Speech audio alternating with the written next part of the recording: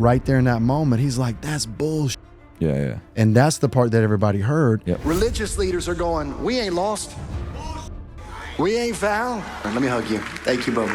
Thank you. How long has it been since you've been hugged? Has it been a long time since you've been? So we go back into my office, and this is where this gets crazy. Contemplating suicide.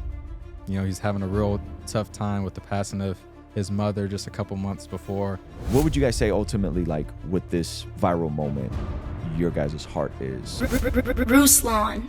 All right, ladies and gentlemen, we have a fantastic conversation with two fantastic guests today. Some of you guys may have seen the video that has gone viral of a cussing member in an audience and a pastor engaging with him. We covered it here on the channel. Well, today we have that pastor and the gentleman that brought that gentleman to church. So without any further ado, we have Pastor Ed. Thank you so much for being here. Thank you, brother. Honored to be here. We have Michael, who brought that gentleman to church that day.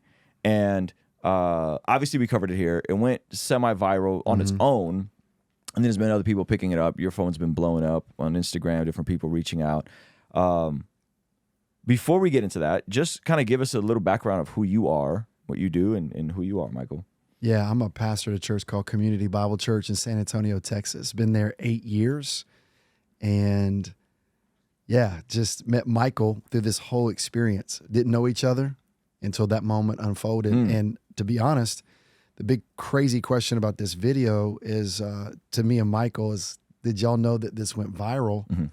And bro, we thought it was you that made this thing go viral. I know you didn't obviously have the video, but when you spotlighted it, that's when our world began to change. And a lot of people started calling. Wow, that's cool. Thank you. No, for Shout real, out that's to all real the people talk. calling that watch the channel. No, so everybody following you, thank y'all for making this thing go viral and changing our worlds that we just, Michael and I were talking about last night. Yeah. Had no idea this was going to happen. That's amazing. Michael, tell us about your backstory. Yeah, so I'm a financial analyst.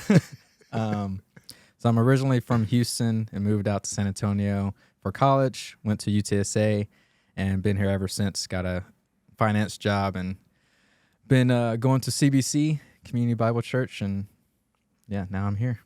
CBC, how long have you been at CBC? So probably total been going for like 4 or 5 years, because I went when I was in college.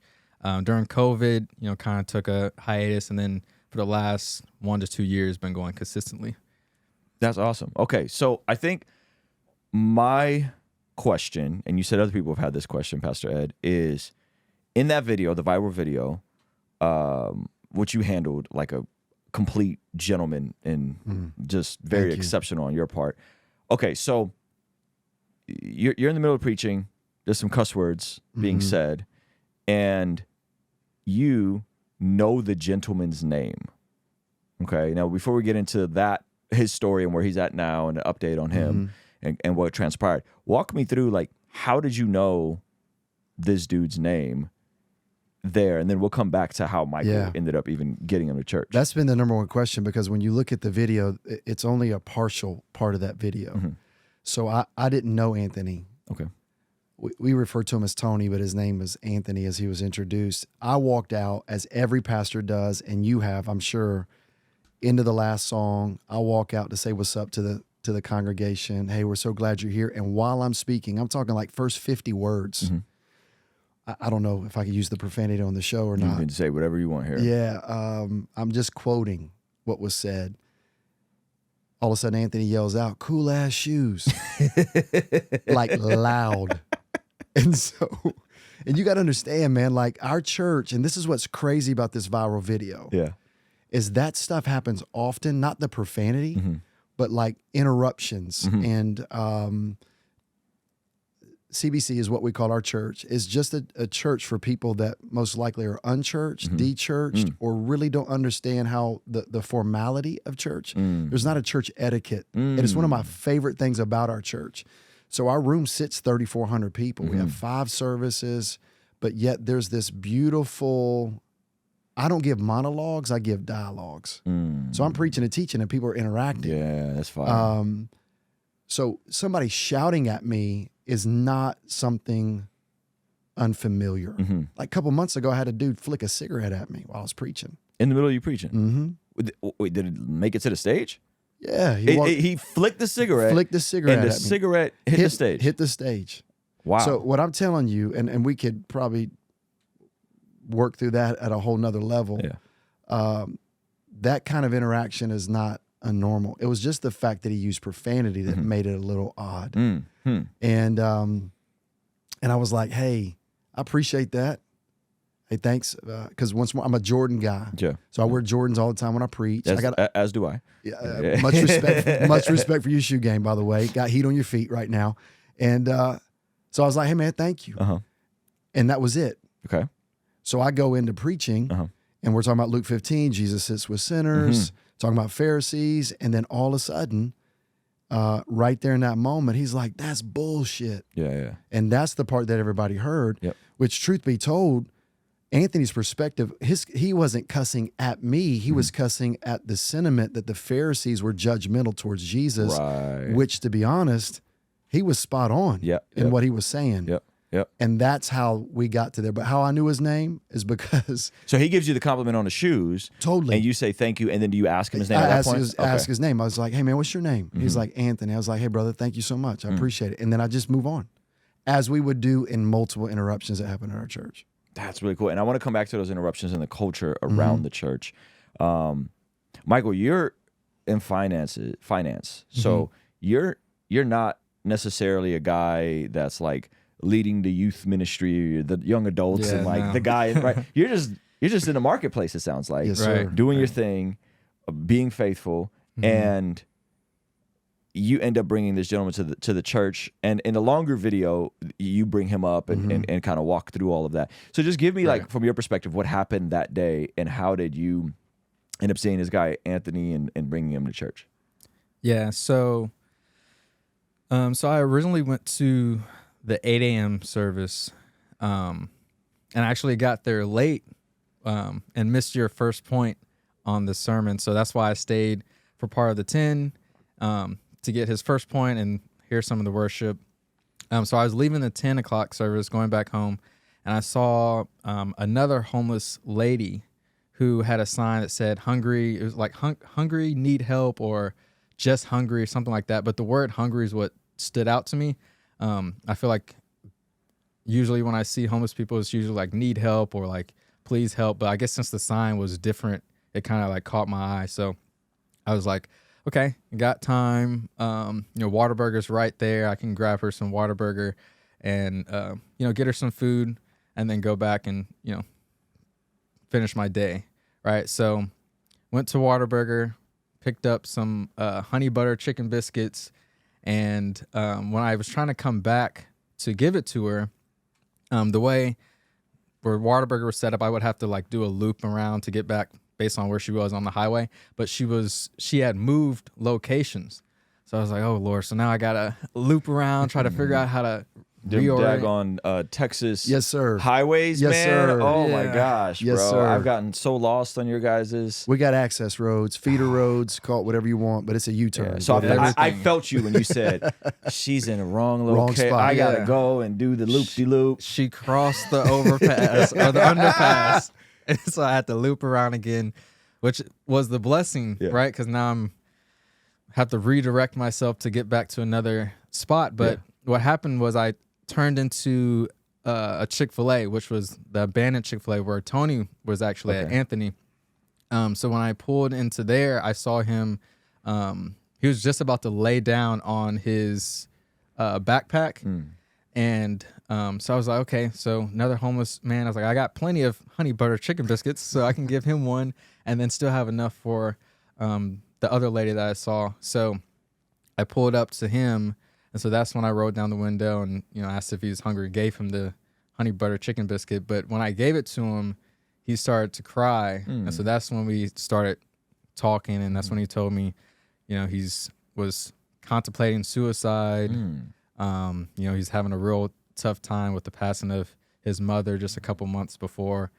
So he's just open. He just completely opens starts, up and starts. yeah. So there was something in your temperament, outside of you meeting a physical need, there was probably something in your temperament and your demeanor that made him feel comfortable enough to share this stuff with you. Yeah, I suppose so. I think one thing I remember when I pulled up to him, he had a little speaker playing Stevie Wonder, Superstition. So we were joking about that. So that may have made him feel a little bit more comfortable with me. I'm not really sure, but yeah, when I gave it to him, he just started kind of like pouring out and crying and telling me all about, where he was right now in life, or right then in life. Yeah. So you're in the middle of preaching. You end up. Do you ask him, or does he say church? Like, how do you get him to the building? Yeah. So, after talking for a little while, he asked me where did I just come from. Okay. I told him I just came from church, right up the street, CBC. And then that's when he was like, he hopped up. He was like, I want to go to church. And I was like, okay. I was like, you want to go right now? he was like, yeah. It's like I'm going to church. I was like, okay, well let's go to church. So he grabbed his stuff, hopped in my car, and I took him to the I think the next service was 12 o'clock. 12 o'clock. Yeah. Wow. And so you're preaching, and I want to get into an update on Tony in a minute, but you're preaching. He says that's BS about how the Pharisees were engaging with Jesus, Luke 15. And there's this like incredible moment where you stop and you kind of pause and you allow for what I believe is the Spirit to kind of to move in that moment, which I thought was beautiful. But then it was like other people started, Brother. So our thing was like, where's the security? Where are the ushers? My family was laughing when we watched your commentary because that's all we kept hearing you guys say. And matter of fact, the joke in our house is, where's the security? Where's the security? Yeah, there was a lot going on in that moment. I mean, you got to understand, dude, I came out of a Baptist background. I pastor now a non-denominational church, had an encounter with the Holy Spirit about 3 years ago, and just was like, Lord, I want more of you. I'm not seeking the Holy Spirit for stage giftings because that's Seven Sons of Sceva stuff. I just want to walk in joy and fullness and awareness of what, God, you're doing. I know that sounds like really trite and cheap, but it's real. And I was like, Lord, give me eyes to see.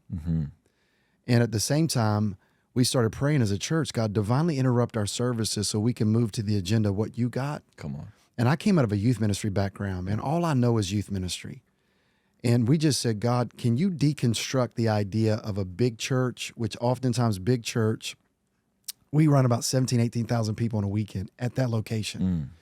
And we're like, God, how do we take the idea of what most people, when I ask in a membership class, how many of you ever thought you'd be a part of a quote unquote big church? And let me just give a disclaimer. There's no such thing as a small church when Jesus is in it. So numbers don't determine whether a church is big or small, but most people choose to not be a part of a mega church because of a multiple facet of reasons. Photoshop, real, big waste, kind of like big government, big waste, this idea. So we live with this principle of, man, let's just try to make this real, raw, relevant, not at the expense of not teaching truth. How do we balance grace? And so in the middle of all of that, God, disrupt any agenda we got, because our services are an hour, because we had another one coming. We got to move people off our parking lot, but we're like, God, whatever you want to do, you have full permission. This is your church. And man, God just started manifesting in multiple encounters in our space. And Anthony, Tony is one of those. And when that moment, when you saw me pause, it was literally just in my own spirit of going, God, what do you want me to do? Because we've been praying, God, interrupt our services. We want to be a spirit-led church. But God, you got to show us how to teach in real time, or else it'll seem as if we're fabricating something in the spirit.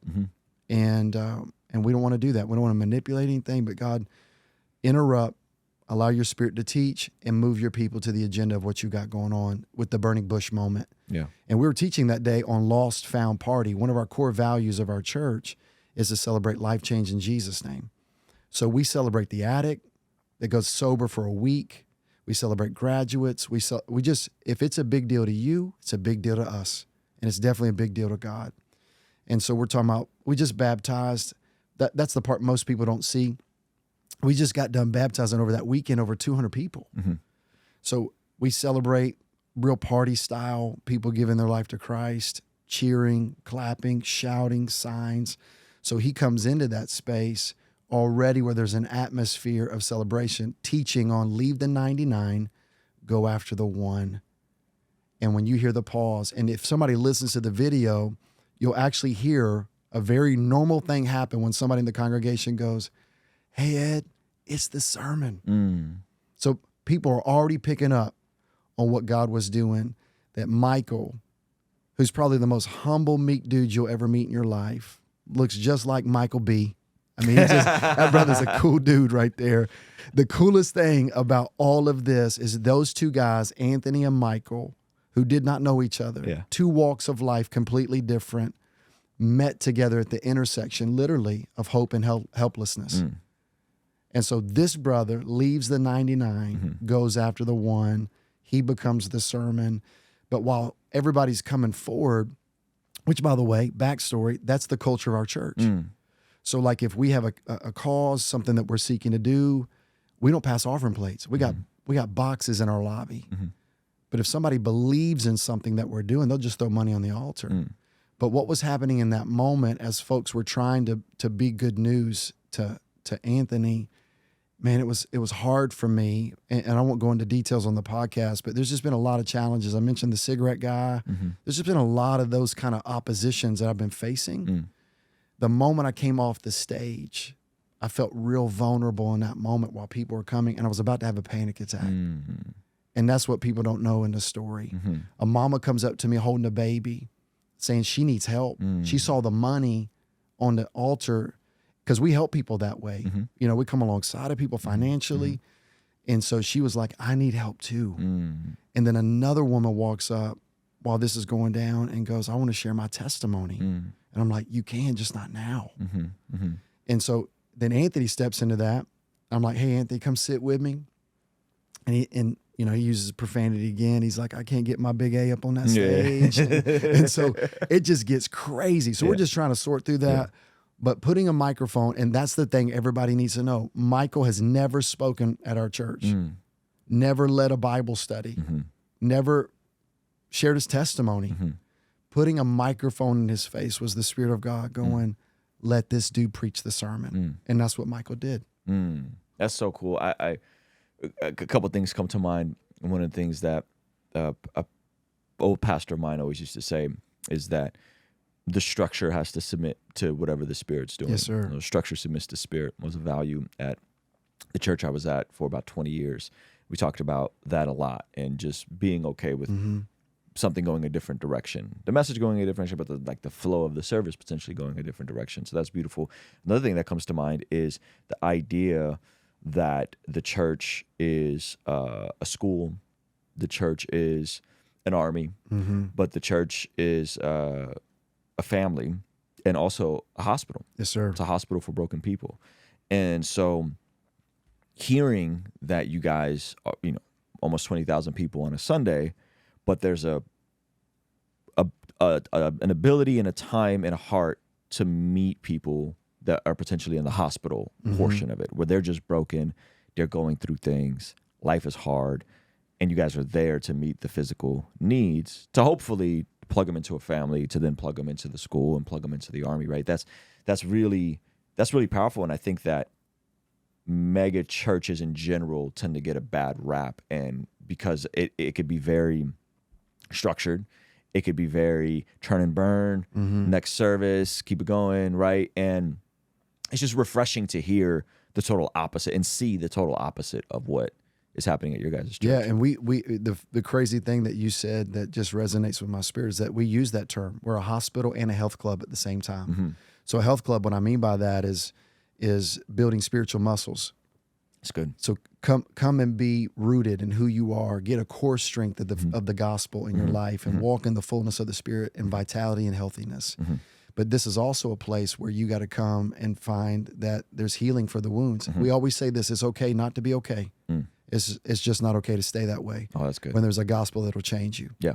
And so what we do is we just seek to allow this to be a place. If you don't believe here, you can still belong here. It doesn't mean we compromise the gospel. It just means the fact that everybody's at a different place in the journey. And we make the statement, you can't look down on somebody unless you're trying to help them up. That's good. So it's a culture that we've created. And to me, the highest honor that I've ever received in anything of what this video is when Michael said, I knew I could bring him here. Yeah. and it would be a safe place for him. So what was it for you, Michael, that made you feel like, I know I could bring this guy here? Like, what was it about the atmosphere? What was it about the teaching? If you could kind of pinpoint it down. So what was it about specifically about the church culture that made you comfortable doing that? Yeah. There's probably a couple things. So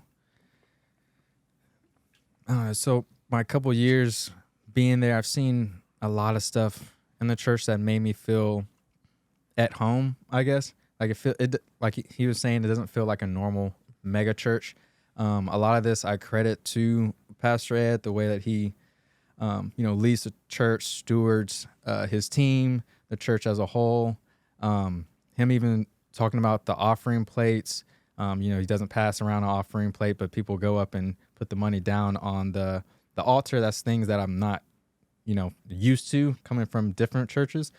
And then I've seen him, just his humility as well, because, just to be honest, when Tony got in my car, the reason I felt safe was because I knew Pastor Ed's heart, and I knew that CBC as a whole was genuine, and they really want to love people more so than put, the church on a platform just to say, come here and try to grow the church or grow, revenue or anything like that. It's really about the people. Hence, I guess, Community Bible Church. It's a community there. So I think I just felt that and just trusted Pastor Ed and how he stewards the church. Now, what I loved about what happened after that moment, you had Michael up, you had Tony up, is you said something that I was like, oh, like that. It went from like, oh, this is a cool moment to like, oh, they get it. Yeah. Is when you said, we're not just going to give him $3,000. Can't do it. That actually doesn't bless him. That's not a good. I don't remember how you exactly worded it, and I was like, okay, like this is good, because I've done stuff with the San Diego Rescue Mission. I've known a lot of people that have been displaced in these different worlds, addiction, the whole bit, and oftentimes it is this very like superficial, just give them some money and just move on, and it's like no, like treatment is a process. Yes, It's it is. not just a Band-Aid. So tell me a little bit about like your heart for that, and that it's you guys are looking at the holistic picture. Totally. and then maybe you can give us an update on Tony. So the hospital side of what we do is we have addiction recovery programs in our Okay. church. We also have anything that would deal with soul care. I mean, it is a church that honestly, I needed this church, man, more than this church needed me. And that's real talk. I think for all of us that read the scripture, we go, could this be today that we see the church of Acts today? Signs, wonders, miracles out of the overflow of generosity that bless people. Like, what does that really look like where the gospel changes the whole person, mind, body, soul? And so CBC, and that's what we refer to it as, Community Bible Church, is the church that I've been looking for my whole life. And I'm just so fortunate. I'd never pastored before. I was an evangelist. Came off the road to do this. All I'd seen is student ministry events. And if there's any youth pastors watching right now, I think all of us had this idea that, man, that flame of fire that we saw at camp, or that event of going, God, could that be amongst an adult generation? That's what's happening at CBC. And for us, the shift in my mindset, see, both my parents were deaf. So I grew up, my background, and this isn't really about my story, but it just gives a little bit of a perspective of how I see people. My mom was deaf and had cerebral palsy. My dad was deaf, and they were born deaf. And I grew up as an only child, as a primary interpreter for my parents. If you've seen the movie Coda, Child of a Deaf Adult is what that means. It was a big movie on Apple Plus. That's my story, minus the singing. Primary interpreter. Grew up in government subsidized housing, blind, deaf, paraplegics. So you see people differently. You see people through not disabilities, but different abilities is how I describe that. And I did a social science experiment at CBC we talked about this last night, Michael. Michael and I were roommates. You understand, we haven't seen each other since that moment. And now we're roommates here in San Diego at a hotel. And we're just kind of chopping it up last night. And we were talking about how I saw this moment. How did I know he was homeless? Another comment that people keep asking is, how did you know he was homeless? Because he didn't look homeless. It was just a random, just kind of direct question. But about 4 years ago, I dressed up as a homeless dude. Mm. I wanted to test our church to see how we would respond to people that were different. Got a professional costume artist. Nobody knew it was me. And just the interactions, learned a lot. But what it did for me was not just revealed that obviously every church could do better in responding to those on the fringes, but putting myself in the shoes of somebody that was homeless for an entire weekend. I mean, it was a full role play for me. I saw the ignoring. I felt the pain of rejection, even though it wasn't real. It was just make-believe of seeing how people would respond. I saw the good and the bad. So when I saw Anthony and he told me he was homeless, it was a moment of going, and that's why you hear me in the video go, how long has it been since you've been hugged? Because I felt that for a weekend of people rejecting, not getting near you. You smell real bad and all those things. And so when you talk about your background, it gives you a perspective. And so we just treated him like a normal dude, brought him in, and he ended up wiping my tears in that story. So you see this camaraderie of just kind of identifying where he's at, what he's doing. But for us, $5,000 was thrown on that altar. And we were like, hey, we can't put this brother back on the streets like this, because that's helping. That's when helping hurts. That book that really helped people understand you can actually put him in a very dangerous and difficult situation. And this could be to the detriment, not to the betterment of what he's got going on. And we've done homeless ministry. We support homeless ministry. So when you understand that context, you're like, this is the worst thing we could do. But I think there's a natural tendency, and our church responds that way. We want to help now. But this is a long walk in the direction together. And what people didn't see in that video, I mean, just tell me if I'm talking too long. No, you're good. You're cooking. Go ahead. So all of a sudden, that service ends. I get to the end of it. Michael's preached the sermon. Everybody sees Anthony. It gets real. We're not putting $5,000 in this brother's pocket. We're going to walk with him. And basically, there's a story to unfold. I give an invitation. No music. You want to give your life to Jesus? Walk forward. 35 people, man, walked forward and gave their life to Jesus at the end of that service. It was unreal. So we walk off stage. Me, Michael, do you remember this, Michael? We walk off stage. So Michael's never been on our stage before. So we walk off stage. We go into the lobby space. My office is right off the backside of the worship stage. The assistant police chief, who typically comes to the 10 a.m. service, comes to the 12 o'clock service, and she's a member of our church. And she recognized the fact that when somebody in this state of vulnerability, we got to triage a couple of things, because he said out loud in a service filled with 3,000 something people, if Michael didn't step up, I was going to step in front of a bus and kill myself.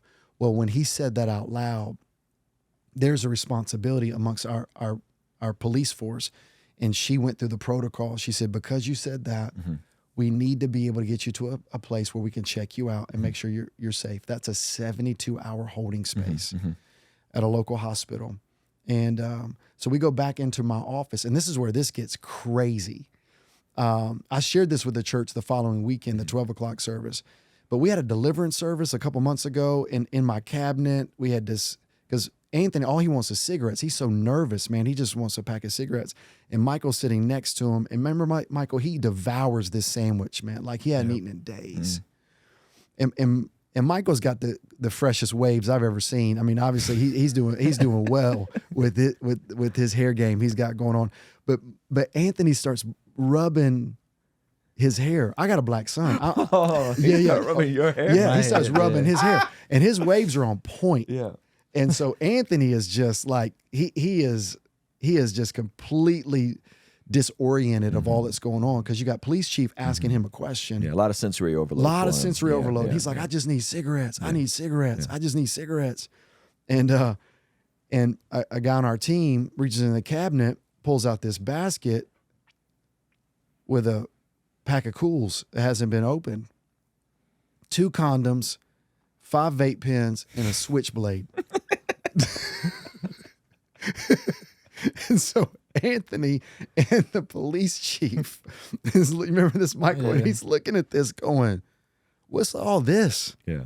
I said, well, man, we had a deliverance service a couple months ago, and this is stuff people threw on the altar to walk away from. Yeah. But you can have these cigarettes. So he tries to open up the cigarette, smoke it in my office, and it just gets First wild. time anyone tried to smoke in your office? First time anybody's ever tried to smoke in my office.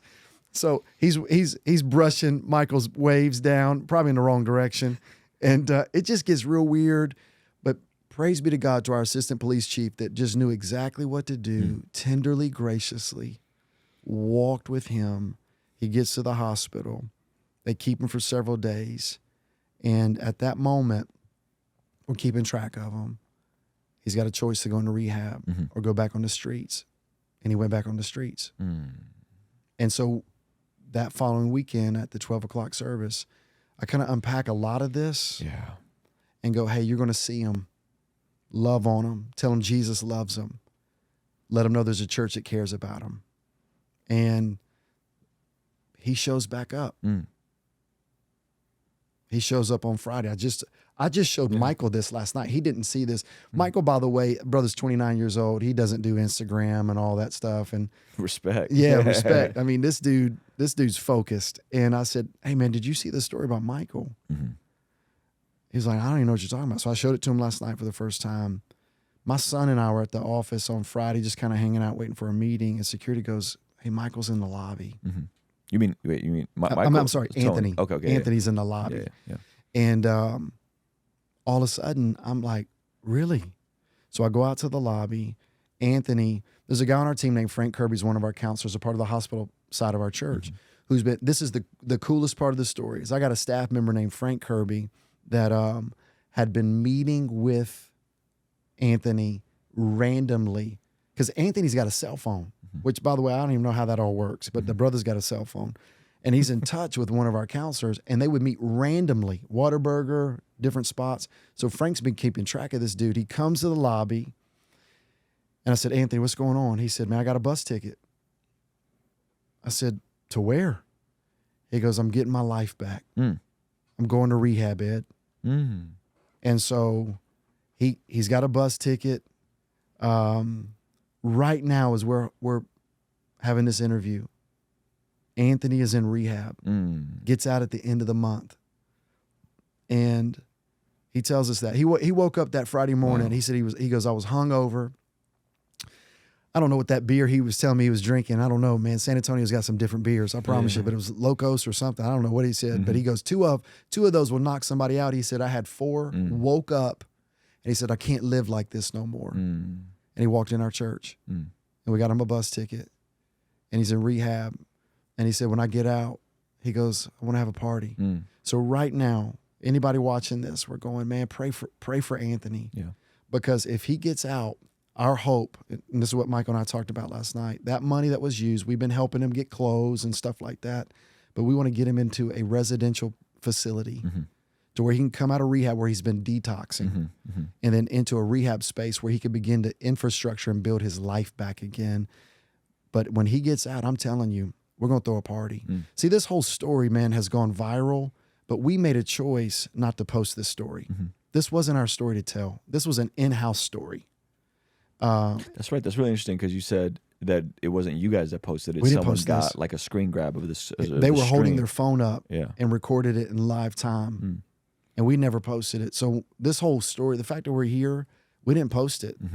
So out of respect for Anthony, to be honestly, we didn't, and that's what's happened. He's gone viral. He told me that. He's like, everybody on the streets tells me I've gone viral. And that's a good thing, but also a bad thing. So what was the bus ticket like to go where he's originally from? Was that the heart there? Back to a place, and you'll hear him in the video that's on my Instagram. This is a recap video. He says, I'm going back to restore some relationships. Okay. And that's where he's at. And he knew of a treatment facility back where he's from. Okay. Crazy thing is how expensive some of these treatment facilities are. Crazy. You know, some of these guys get like actually like the switch goes off and they want to get help, and then it's like, well, the hole's too deep. You know, the hole's too deep. Yeah. But he was telling me that because of the fact that he's got some form of Medicaid, that they were going to help him. Okay. Praise God. And so it's so crazy. I think you'll find this funny. So me and Frank Kirby are on his call list. There's only two numbers. So he's been calling me and Frank Kirby just needing smokes, man. He just needs cigarettes. And so we send him these care packages with notes. Just let him know, hey, dude, we're cheering for you. We love you. We're praying for you. And with a pack of cigarettes. Yeah. And somebody was like, Ed, why are you doing that for him? I'm like, brother, let me just be honest with you. Cigarettes is the least of his issues. Right. Yeah. Let Jesus begin to work through all the addictions, and he'll eventually get all the other addictions, but let's just let transformation happen on the inside. Yeah. What is your guys' assessment of like why are there Anthonys in our culture? Right? We're in a time and a place where, I mean, it's the best time to be alive, right? We even people who are on the lower income side of the spectrum live better than kings did 125 years ago. Right. Yet there's still Anthonys that fall through the cracks, right? And I know that's like a lofty question, but you're in finance, right? You're doing well. You come from a family with disabilities, so on and so forth, right? I come from a family of a ton of trauma, refugee, seeing war, that sort of stuff. And it's an interesting dichotomy to have in one of the most prosperous nations in the world. And so what would you ascribe it to? Because I have so many thoughts and so many, questions about like how do we get here? You know, Michael and I talked about it last night. You remember we were talking about choices? Yeah. Yeah. I mean, I think you would really serve this answer well right here. Yeah. So I've thought about that before because I've had some friends that go through some difficult times, had battling addiction, things of that sort. So, but we've come up together in similar ways, right? Went to high school together, middle school together. So I've thought about this where it's like there can be like one decision or one choice that can totally turn your life, upside down or take you on a totally different path, right? So like, I think that's why I have like a lot of empathy for, people that may be in a rough place just because, I have loved ones that are in a rough place. And it's like I could be there with one decision and, also vice versa, right? With Anthony, hopefully like this gets him back on the right track just based on one choice of him going to rehab. That's right. And him, trying to do the right thing. So it's like really the grace of God, for us that we're here, and that we were able to make the choices that we make, but it's also a responsibility for us to also reach out and help those that may have made one wrong choice or, slipped through the cracks and, failed, because we've all failed in different areas, right? It's just so happens that this individual, whatever mistake they made, impacted their life that drastically. So.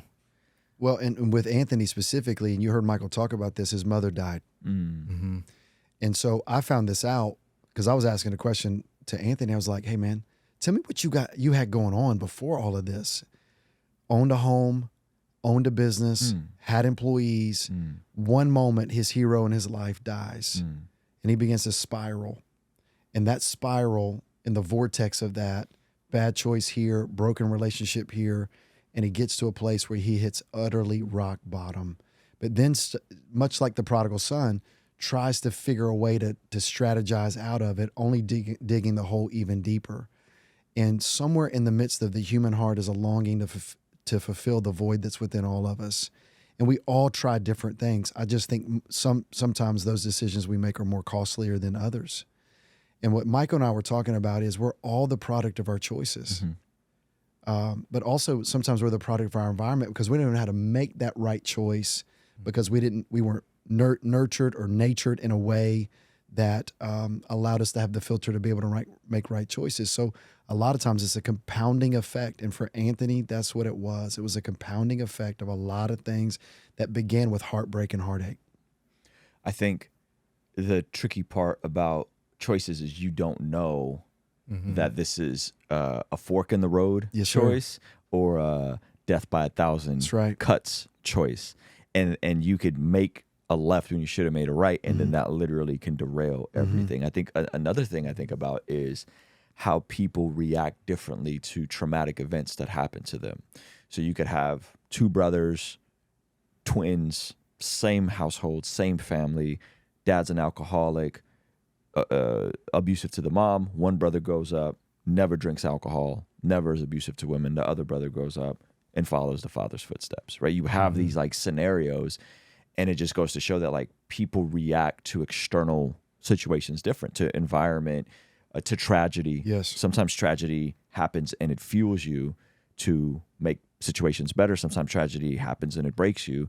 Sometimes people sin against you and it's not of your own volition. Something happened and that distorted your entire situation. I sat down with someone that I have been close with, and I asked for their story. And when I got there, I was seeing the external symptoms of decades of things that started when they were children, of rape, of these sorts of really traumatic events. And you go, oh, okay, like, why does this person keep doing these sorts of things? But you realize like, oh, this goes back decades to something that they were sinned against. They would, it was not, they didn't do it. They were sinned against. And then that sin against could even do something to someone's brain chemistry and not being able to process what happened to them as a child. And then what choices are there if you're in an environment where you're being sinned against, right? And so I think understanding that it's not, it could be a multifaceted issue. Right. And so I guess my heart, and I talk a lot about this, is if we actually have a view of how complex all this is, then to me, I go,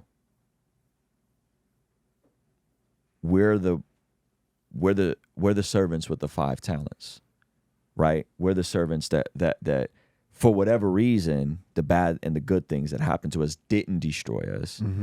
And so shouldn't we then be intentional to care for the least of these, right? To care for the lost son, to be present, to be engaged. And I think it's tricky, right? Because there's this like tension that we live in of like, is the church too big? Are you too successful in finance? Is it too much, right? But the reality is like, if we point towards Jesus and we actually utilize our time, talent, and treasure, our resource to care for the least of these. That chapter of Matthew 25, I talk about it all the time, but it's in this apocalyptic section of the Bible. Matthew 24 is about all this crazy stuff, the destruction of the temple and or the second coming, right? And then it goes into Matthew 25, the wise and the foolish virgins is the first parable, then the parable of the talents, and then it's about Jesus coming back and separating the sheep from the goats. And he says, what you've done to the least of these, you've done unto me. When I was naked, you clothed me. When I was homeless, you fed me. And so I think of all of that, like living with the imminency of Christ in mind should look like us using our time, talent, and treasure to care for the least of these. And this isn't a salvific issue. This is, to me, a stewardship issue. So when I'm hearing your guys' story, I'm hearing stewarding of platform, of a massive sized church. I'm hearing stewarding of your personal finances and resources. This wasn't a ministry fund. Like, this is you taking whatever excess money you have, buying extra food, and just having it in the car. And also not just giving money, but giving them food. That's right? So I love all that. So I would love to kind of hear your guys' thoughts on that. Is like, you're doing well, you're 29, you're in finance. Obviously, you pastor a big church. What do you guys make of all that? Well, there's a lot of layers to unpack, but I would say, for example, when we talk about trauma and we talk about pain in the lives of people, we oftentimes think about in the present, such as this happened to me in my life, but we don't even think about in utero. So I have a son that was adopted from Africa, born in a hut. There's so much that went into the trauma in pregnancy that deals with what we will call brain mapping, neurological pathways in the brain for decision making. But if we really believe in a God that can heal all things, taking victims and make them victors, we understand that there's a God that uses our pain and turns it for a greater good of purpose. It's Joseph that looks at his brothers and go, hey, you meant to kill me, but God actually sent me here, made me second in command to actually save your life. But we never see this. See, everybody wants the palace, but they don't want the pit. Joseph ended up in a pit, Potiphar's house, prison, but everybody wants to be elevated into palace situations, but don't realize that the pain of the pit and the prison and Potiphar's house was the building of what was necessary to actually be in a place of stewardship to put grain silos all across Egypt so people wouldn't die trying to get food. You with me? And so when you begin to think about stewardship, God gives you giftings, but a lot of the giftings, see, here's the deal. Everybody wants to be elevated. Everybody wants position and platform, and they want anointing, but not everybody wants the crushing. Yeah. Well, I mean, I would add to that. Me and my son are going through the book of Genesis right now. He's 9 years old, and he wants to go through Genesis verse by verse Love that. in the Bible. And I had to skip a chapter in Genesis. You remember the chapter where Levi and some of the other sons have to go and avenge one of the sisters. Yes. Right? Yes. So that's the only chapter I had to skip. Yeah. That's it's one of the Crazy. craziest chapter in the Crazy. world. I don't know if you remember that yeah, part, I do. Michael, where a sister gets raped. Yes. They make an oath to with the people, and hey, we'll graft you in. You marry her, but you got to get circumcised. Yes. And then this whole village gets circumcised. And as they're recovering, Levi and my son's name's Levi, so Levi and a couple other brothers go in and completely wipe out a village and destroy this entire community because of the dude raping the sister. Right. Which is a crazy story. Crazy story. Anyway, off the not what we're talking about, but we're going through the book of Genesis. That's the only chapter I've had to skip. And that story of Joseph, of going through the pit, right? Of David shepherding and then being on the run from Saul for decades. Any type of positioning or any type of success or any type of victory comes on the other side of adversity and suffering. Preach that. And we don't want suffering. Nobody wants that. Right? And so to me, it goes, hey, like life is going to get hard at some point. Sometimes at some point, life is going to do a number on you. Jesus said, in this life, you will have trouble. It's inevitable. I venture into the territory of might as well choose self-adversity. Like choose doing hard things so you can callous your mind. You can rewire some of the brain chemistry that perhaps when I was a child and I was sinned against and essay happened against me. Okay, that did a number on me. So now let me intentionally do hard things so I can rewire my own brain chemistry so that I'm not just looking for dopamine and pleasure when something uncomfortable happens to me, right? Whether it's food, whether it's lust, whatever it is.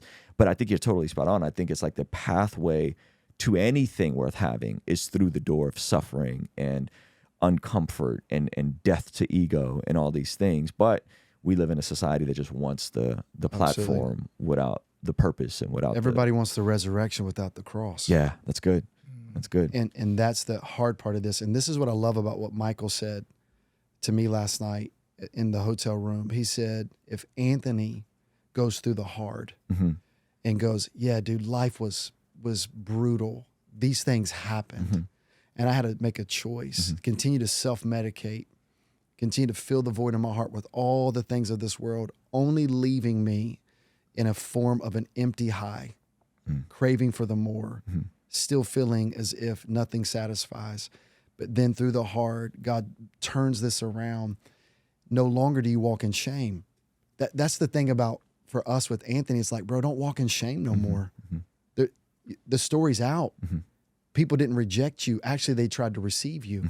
And the kingdom of God is oftentimes going that your greatest setback can become your greatest comeback story if you'll choose to embrace the hard and go, let God transform this.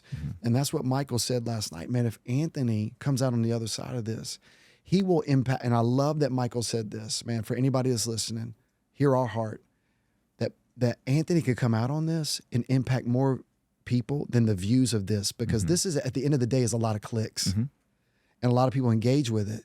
But Anthony will be able to actually be a part of the story, the to be continued story that gives hope to somebody that goes, I cannot let this be the shackles that prevent me from being all that God's called me to be when I got a Jesus that breaks every chain, that rewires the brain, that takes the trauma and turns it into a testimony. And that's what we're believing for Anthony. And that's what I believe for anybody that's watching this right now, going, your story, your scars, this is what I always try to say, your scars, though you didn't pick them, your scars could become your greatest sermon. That's good. Michael, what do you think of, from your vantage point, in terms of the process of restoration, right? And you're 29, you're in a different seasoned than an Anthony, than myself, Pastor Ed, who's in ministry. You're in a marketplace, you know. So like, what do you make of all of this and adversity and overcoming these things? Yeah, so I think there's a couple different thoughts to it, a couple different levels to it. Yeah, I'm still working through that myself, like in terms of, you know, getting closer to God and understanding suffering and understanding, you know, I guess trying to understand Him and grow closer to Him, right? There's questions that I have naturally as I do that.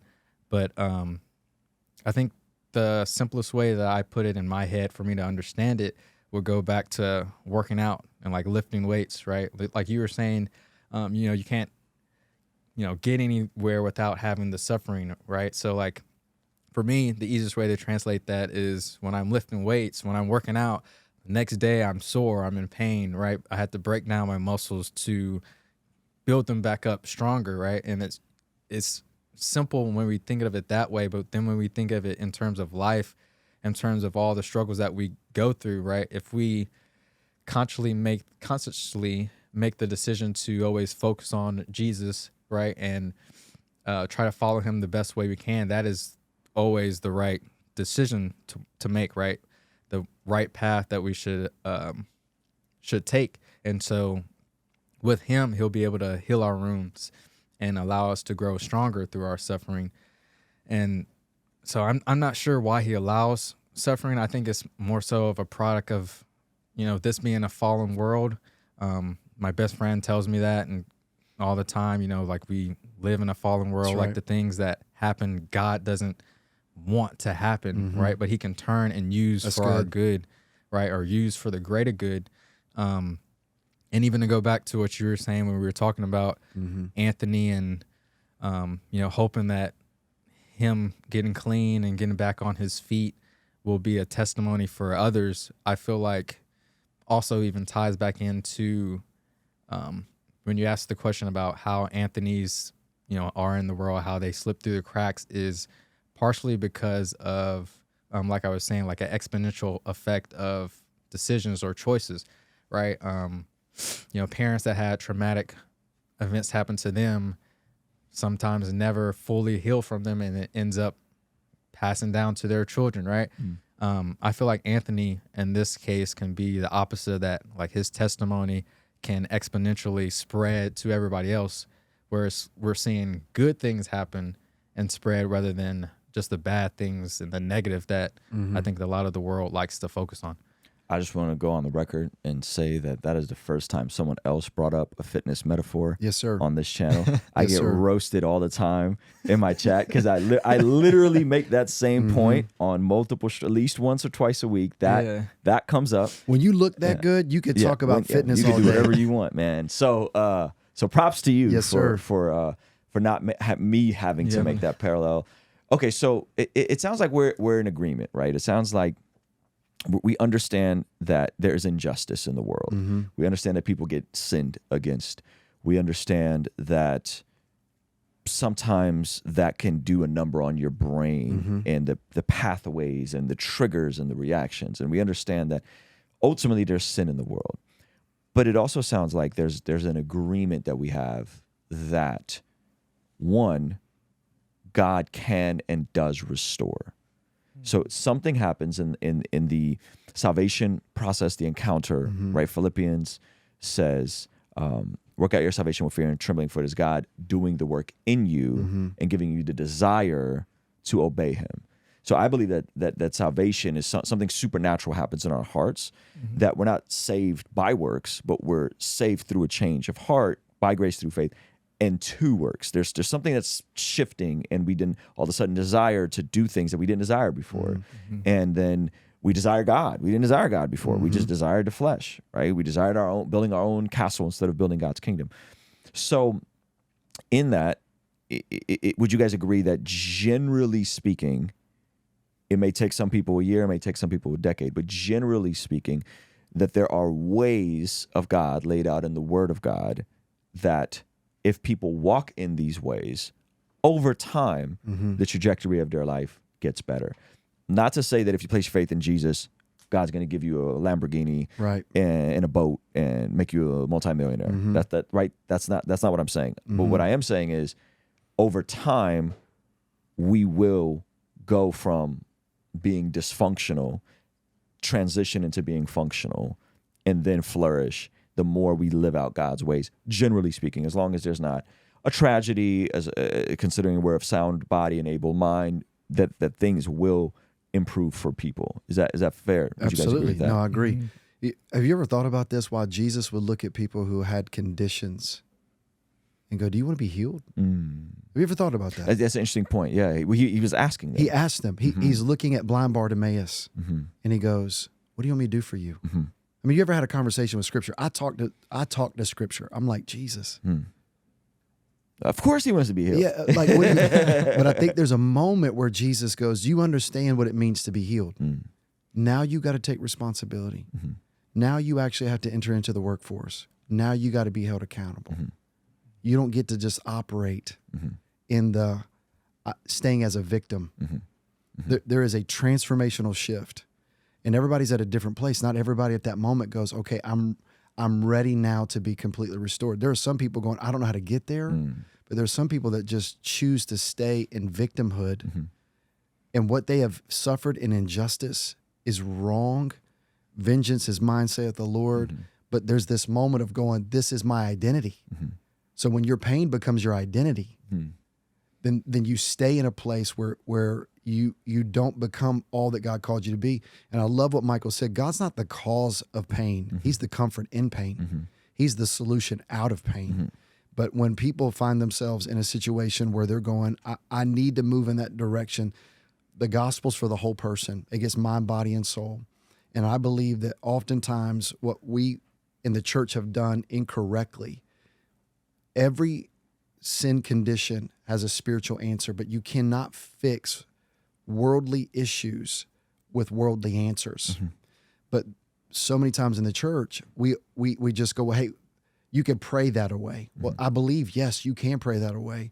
But sometimes I think we've done some legitimate damage to people that are going through some real pain and not addressed their pain, not stood with them in the pain, didn't try to feel their pain, and even try to walk with them out of the pain, because it's messy and it's painful. But in the process of it, we believe there's a lot of situations that take place that are either chemical or circumstantial or something that happened in utero, a legitimate trauma. And sometimes we're like, "Hey, man, read 4 more Bible verses, man. That thing will go away." And we're like, no, there's power in the word. There's power in prayer. But what does it look like? And this is where Christianity kind of gets a little bit clunky in this idea of psychology and biblical counseling. But what if it's both? What if God's the creator of all things and the devil's the counterfeiter of all things? So let's redeem these principles of how the brain works. God made us this way. And let's use science and neuroscience and psychology and all these things with a biblical framework that God is the source of all healing, and help people sequentially, step by step, walk through some stuff. But most churches, and I'm grateful to be a part of a church that has a step-by-step process. What we're trying to be about is, how do we get to the top of the healing waters for us? Yeah. We're trying to open up a retail space for a lot of second chance employment, but also part of that is to offer medical and counseling, psychology, Christian-based, that will help people to begin to treat things in a way. Not that medicine's always the answer, but what if God gave invention and intervention through some brilliant doctors that go, "Hey, man, if you do this, this changes the biochemical reality of what's happening in how you think and how you feel." So what does it look like to have a holistic approach? Jesus as the center of it. He's the transformer and resurrector of all things. So crazy. I know that's random, but It's not random at all. Yeah, so it makes me think of St. Augustine, I believe, said, "All truth is God's truth." And it seems like we have grown as a capital C church, or different pockets of the church, more skeptical of institutions, which has led us to flee institutions, which has led to less Christians in the mental health field or in academia or in music and the arts, right? And so I love what you described there in terms of a holistic healing. My question, though, to you guys would be, what does someone do? Because here's what I think. I think there's a lot more people that haven't walked in the process of holistic healing, that haven't went to therapy, got treatment, tried fitness and health. Like that was like my antidote to a lot of things. It was just like just working out. I felt so much better just working out. A lot of my anxiety and all that stuff kind of mitigated by just being more active, going outside, seeing sun, touching grass. So I think there's a lot more people that don't do that. I would say most people aren't thinking about what they're putting in their mouth, what they're putting in their mind, what they're doing with their bodies. They're just kind of coasting. Right. And if you're just going to coast, then at some point life's going to do a number on you, I feel like. But what would you say to the folks that say, well, I have tried, I have done these things, I have attempted to heal, to grow, but I still feel stuck and I don't feel like the breakthrough is there? Would you say, well, you haven't tried hard enough, it's your fault? Would you say sometimes God doesn't provide the healing, sometimes there's things that perhaps are left there to sanctify you more? Yeah. What would your guys' thoughts be on that? No, I think, well, Michael, you want to go with that? Yeah, I guess just to that part, just what you just said at the last part was, sometimes there's a thorn in our flesh is what came to my mind. And that can be used to, either allow us to be able to relate to others that may be struggling with similar things and give us, which was it? Is it empathy or sympathy? I always mix those up. I always think about empathy being that it's can't fully relate, but you're close in proximity. But sympathy is always similar. Like there's something. Similar. It's always the way I remember it, and I may get that backwards, but I think we get what you said. Yeah. Well, let's go with sympathy. So sympathy, you have sympathy for somebody that's sharing that pain. God may have allowed you to go through that suffering so that you're able to therefore relate and help somebody else. So I think it can be so complicated. I don't think there's like a cookie cut answer to a lot of these things. But that's just my thought that popped up when you said him leave it there, because that's what we saw in the Bible with Paul, I believe it was, right, who had his thorn that God didn't remove, but he gave him. He said, everything is, with him he can do everything. Like his weakness is made strong with God. So, yeah. I think a lot of moments to add to what Michael's saying. I think for the person that feels stuck, I think we live in a society that oftentimes we see the movie and the plot movements through a movie is things are great, there's a conflict, and then there's a resolution all in an hour and 36 minutes. And I think what happens is the discouragement of people when they realize at the end of the 1 hour, 36 minute movie of your life of where you're at did not lead to a happy thereafter. Causes to go, there's something wrong with me. I must be doing something wrong. So if anybody's watching this right now that feels like they're stuck, I want you to understand that there's so many times where we just project upon ourselves. I'm not good enough. I'm not enough. I must do more. And I think there's a resting and an abiding in the fact that God is sovereign, that whatever he allowed to you had to filter through the goodness of who he is. And for you to wrestle in that of I'm not receiving my breakthrough yet, but it doesn't mean that my God's not the God of the breakthrough. That maybe I've not gotten my breakthrough, but he's breaking through in me. And here's what I always say, that maybe your circumstance hasn't changed, but you have changed. So if what I've been praying for and the breakthrough has not yet happened, it doesn't mean that the breakthrough is not happening in me. Maybe he's allowing me to see things differently. What Michael's saying, that maybe I see people differently. Maybe I'm able to sympathize or maybe even able to empathize with people differently. And I'm just going to make this confession. This is not my identity. I'm a fellow struggler. I wrestle with anxiety and depression. There's moments like my dad died 2 years ago. It was my birthday. Right after he died, I couldn't get out of bed.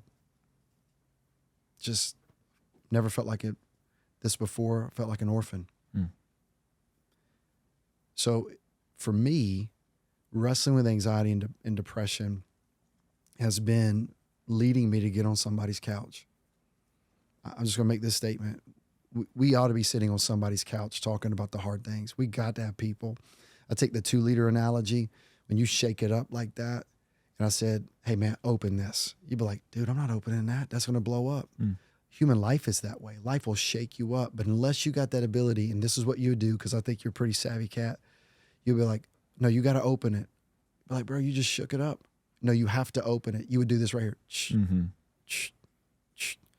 People go their whole life and they don't have anybody to shh, shh, shh with. And life gets hard. And I think what happens is they feel stuck. And what I would say is that God's doing something in you. Just make sure you got somebody to be able to process that with. Never choose to do that alone. And I think sometimes we feel like we're a burden to somebody else, because the thing I've been asking you to pray for, I've been asking you to pray for 7 years. But what if today, what if you've been praying for 7 years, but what if today's the breakthrough and you gave up a day short?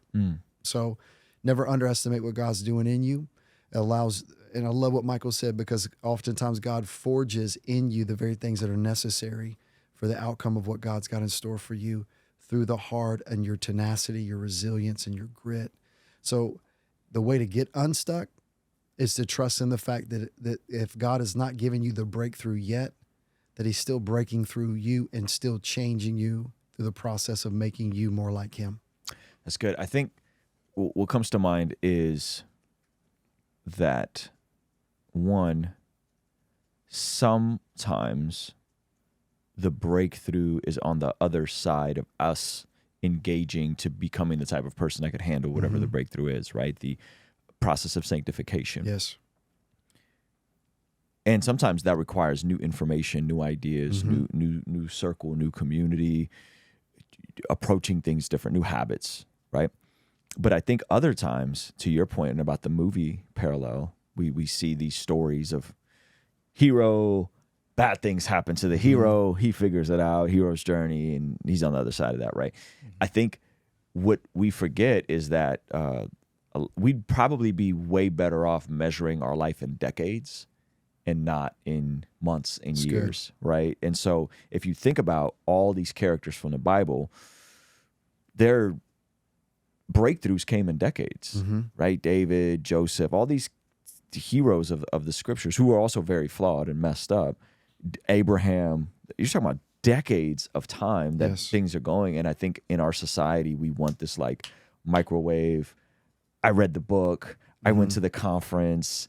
I said the prayer. I worshiped, and I'm still the same. Because those stories you talk about were decade stories, but you got to the end of that story in 14 minutes. Yeah. That's good. That's good. Yeah. So in terms of, what would you guys say ultimately, like with this viral moment, your guys' heart is for the people that saw this Tony story, saw the messiness of the moment and the continued follow-up? What would you guys say your heart is for the big takeaway from this? Yeah. What do you think, Michael? Yeah. Man, so I think a couple things. One, I guess since I know like my own flaws and the things that God's working on in me, right? The first thing that comes to mind is like God can use anybody to be a help to others, and just be be able to assist somebody to change their life, right? I had no idea that was going to happen that Sunday. I was trying to give the other lady some food and ended up seeing Tony. So I also think I was telling one of my friends this actually at the gym, who's starting his walk with Jesus, and he feels like he doesn't see any fruit of him reading scripture and growing in his faith, and he feels like he can do more, like he wants God to use him more. And I told him, like, you don't know the impact that you're already making to the people that you're seeing daily, and just keep walking, keep doing the best that you can, because God's using you. You just don't see it. And I think like you were saying, the process of sanctification, in that process, we are also affecting others as we go along with that, right? So I think in terms of Anthony, I guess to go back, because I feel like I'm kind of going rambling in circles. But for Anthony, I just hope that his testimony is going to be able to change people's lives, because I know his heart is wanting to help people. And I feel like once he's able to get on his feet and be able to use his testimony to assist others, it'll be, able to affect generations. It's good. I think for me, when I listen to Michael talk, I go, I am a blessed pastor to have a brother like this in our church that goes, I want to go be good news. I think so many times there's a disconnect between the pew and the pulpit, where you are the professional Christian that stands on stage and you do your thing, and we'll bring them here to hear you. And that's honorable. But at the same time, I'm just wanting to speak to somebody listening right now going, Michael held the mic that day. We all hold the mic.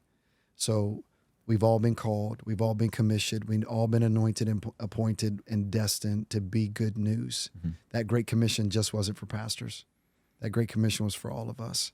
And I hope that this viral video that's gone forward does a couple of things. One, I pray that more churches, as we seek to be, we're not where we want to be, would be more sensitive to the interruptions of the Holy Spirit.